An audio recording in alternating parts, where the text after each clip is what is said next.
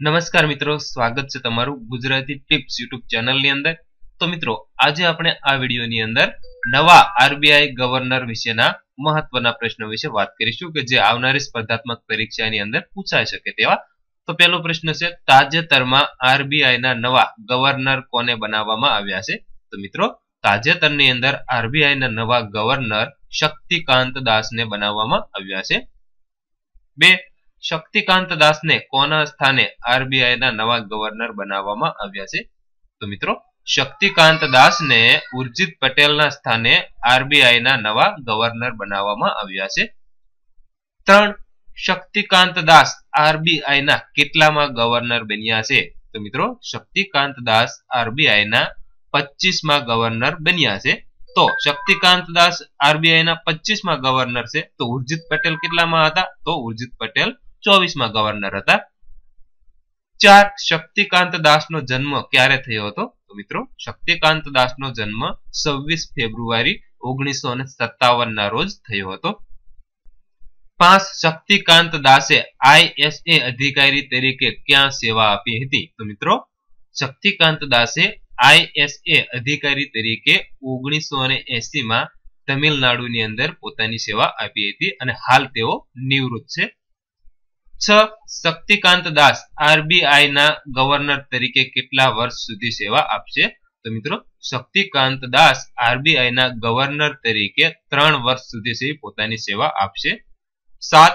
Shaktikanta Das આરબીઆઈના governor બન્યા પહેલા કયા કયા પદ પર રહી ચૂક્યા છે? તો મિત્રો શક્તિકાંત દાસ આરબીઆઈના ગવર્નર બન્યા પહેલા G20 ના શેરપા તરીકે હતા, પંચવર્ષીય નાણાં પંચના સભ્ય તરીકે હતા, ભારતના આર્થિક બાબતોના સચિવ એટલે કે ઇકોનોમિક અફેર્સ સેક્રેટરી હતા, ત્યારબાદ ભારતના મહેસૂલ સચિવ એટલે કે રેવન્યુ સેક્રેટરી હતા, ત્યારબાદ ભારતના ખાતર સચિવ એટલે કે ફર્ટિલાઇઝર સેક્રેટરી ઓફ ઇન્ડિયા પણ રહી ચૂક્યા છે।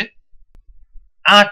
આરબીઆઈના વર્તમાન નાયબ ગવર્નર કોણ કોણ છે? તો મિત્રો આરબીઆઈના 4 નાયબ ગવર્નર પણ હોય છે, તો વર્તમાન સમયે કયા કયા છે? તો 1. શ્રી NS વિશ્વનાથન, 2. ડોક્ટર વિરલ વી આચાર્ય, 3. શ્રી BP પુનનગો અને 4 છે શ્રી મહેશકુમાર જૈન। આ 4 છે એ આરબીઆઈના વર્તમાન સમયના નાયબ ગવર્નર છે। 9. આઝાદી પછીના આરબીઆઈના પ્રથમ ગવર્નર કોણ બન્યા હતા? તો મિત્રો આઝાદી પછીના સૌપ્રથમ આરબીઆઈના ગવર્નર બન્યા હતા ઓસબોર્ન સ્મિથ। 10.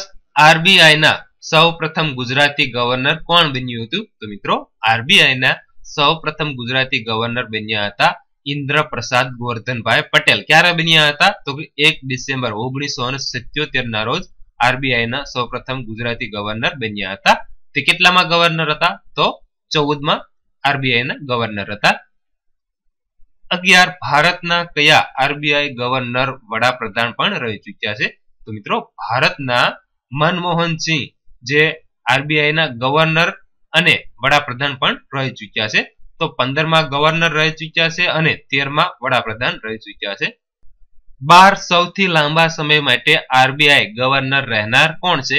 તો મિત્રો જવાબ આવશે બેનેગલ રામ રાવ, જે 2754 દિવસ સુધી ગવર્નર રહ્યા હતા અને તેઓ ચોથા ગવર્નર હતા આરબીઆઈના।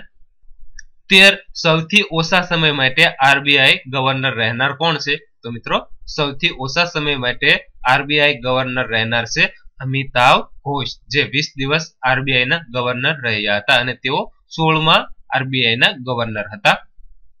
14. આરબીઆઈ નું પૂરું નામ શું છે? તો મિત્રો આરબીઆઈ નું પૂરું નામ છે reserve bank of India. 15. RBI નું મુખ્યાલય ક્યાં આવેલું છે? તો મિત્રો હાલની અંદર આરબીઆઈ નું મુખ્યાલય મુંબઈની અંદર આવેલું છે। 16.